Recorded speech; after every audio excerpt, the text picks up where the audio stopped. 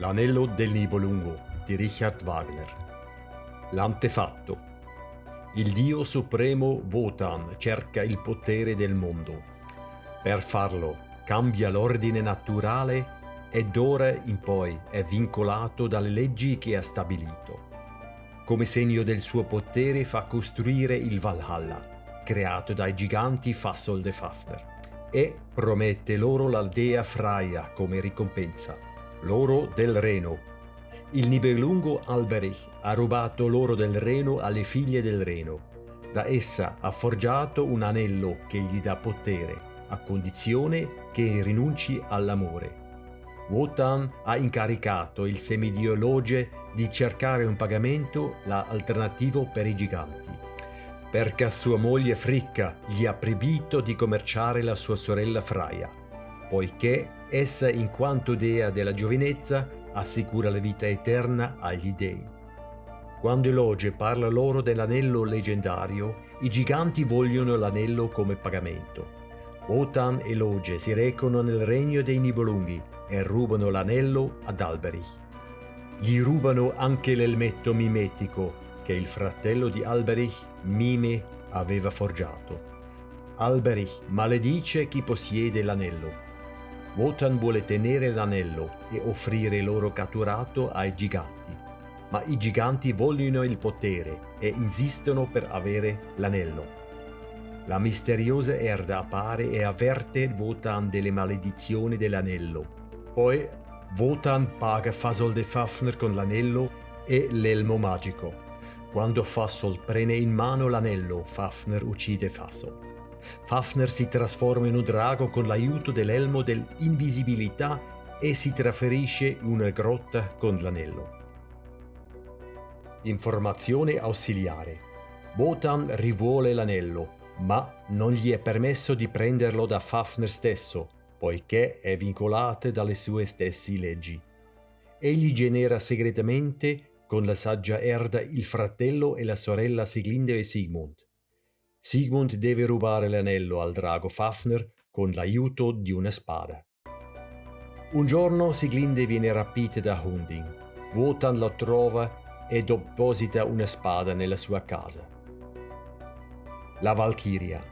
Anni dopo, Sigmund trova Siglinde da Hunding, che l'ha rapita e sposata. Siegfried vi trova la spada di Wotan, genera un figlio con Siglinde nella casa di Hunding e fugge con ella incinta. Hunding lo affronta mentre fugge e ne nasce un duello. Wotan ordina alla figlia e Valchiria Brunhilde di sostenere Sigmund nel duello, ma la moglie di Wotan, Fricka, glielo proibisce per gelosia, perché Wotan aveva generato Sigmund con un'altra donna. Rattristato, Wotan ordina a Brunhilde che Sigmund deve morire in battaglia, ma Brunhilde non si adegua. Tuttavia, Sigmund deve morire nel duello, poiché Wotan interviene con la sua lancia. Brunhilde impacchetta il relitto della spada di Sigfrido e fugge con Siglinde. Manda Siglinde incinta nella foresta per nascondersi da Wotan. Wotan affronta Brunhilde. Come punizione, lei perde il suo status di dio e lui fa cadere in un sonno eterno. Su richiesta di Brunhilde, intorno al luogo in cui si dorme viene appiccato un fuoco come protezione, che solo un eroe può superare. Informazione ausiliare. Siglinde incontra Mime nella foresta. Muore dando alla luce il figlio e gli chiede di allevare il figlio, di chiamarlo Siegfried e di dargli la sua spada frantumata quando raggiungerà l'età adulta. Siegfried. Mime ha cresciuto Siegfried. Cerca invano di forgiare insieme la spada. Wotan visita Mime e profetizza che Siegfried può sconfiggere il drago se possiede la spada. Anche Mime vuole l'anello. Mime racconta a Siegfried del drago, ma non menziona l'anello. Il suo piano consiste nel lasciare che Siegfried uccida prima il drago per poi avvelenarlo e prendere lui stesso l'oro. A questo punto Sigfrido forgia lui stesso la spada e riesce ad uccidere il drago con il potere di Nothung. Un po' del sangue del draghe cade sulla sua mano. Mentre lo lecca, sente improvvisamente degli ugelli. Un uccello gli dice che Mime vuole avvelenarlo. Sigfrido uccide quindi il patrigno non amato. L'uccello gli parla di Brünnhilde, la bella donna che dorme custodita dal fuoco. Siegfried si precipita alla rocca delle Valchirie. Lì Wotan sta aspettando Sigfrido.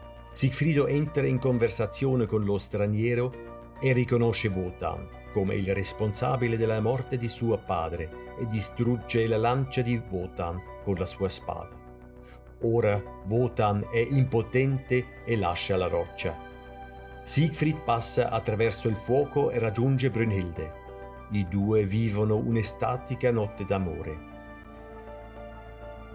Il crepuscolo degli dei. Sigfrido vuole partire per nuove imprese e dà a Brünnhilde l'anello, di cui non conosce il significato, come pegno per il suo ritorno.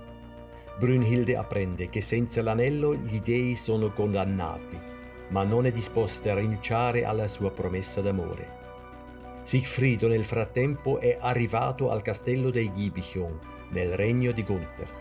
Anche il fratellastro Hagen, figlio di Alberich, vive lì.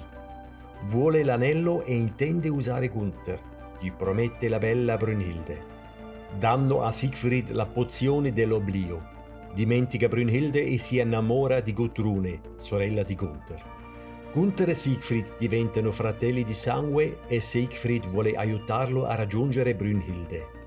Usando il elmo magico si trasforma in Gunther e attraversa il fuoco per raggiungere Brünnhilde. Lì, sotto le spoglie di Gunther, consuma il matrimonio e le sottrae l'anello. Siegfried porta con sé Brünnhilde e, senza farsi notare, Siegfried e Gunther si scambiano i ruoli. Siegfrido si affretta a tornare da Gudrune. Quando Gunther porta Brünnhilde al suo castello, Brünnhilde non può credere ai suoi occhi quando vede Sigfrido al fianco di Gudrune. Quando vede anche l'anello sulla mano di Siegfried, tutto le è chiaro e vuole vendicarsi. Racconta la notte in amore. Gunther è inorridito dal tradimento, ma Siegfried nega tutto. Gunther è rimasto con dei dubbi. Decide con Hagen e Brünnhilde di uccidere Sigfrido e di mascherarlo come un incidente di caccia. Brünnhilde rivela che la schiena di Siegfried è vulnerabile. Durante la battuta di caccia, l'astuto Hagen dà a Siegfried del vino con polvere da bere durante una sosta. Siegfried dimentica se stesso e racconta la notte d'amore con Brünnhilde. Hagen pugnala Siegfried a morte sotto gli occhi di Gunther. Il morto Sigfrido viene portato al castello. Hagen vuole l'anello come ricompensa. Gunther gli nega il suo desiderio e Hagen uccide Gunther. Vuole prendere l'anello dalla mano di Siegfried, ma nella morte la mano di Siegfried si allunga. Hagen indietreggia. Brünnhilde prende l'anello della mano di Siegfried e lo getta di nuovo nel Reno alle fanciulle del Reno. Brucia il corpo di Sigfrido e cavalca nel fuoco. Hagen si getta in acqua per prendere l'anello e annega. L'acqua trabocca e in lontananza si vede la Valhalla in fiamme. Le renane tengono trionfalmente l'anello in mano.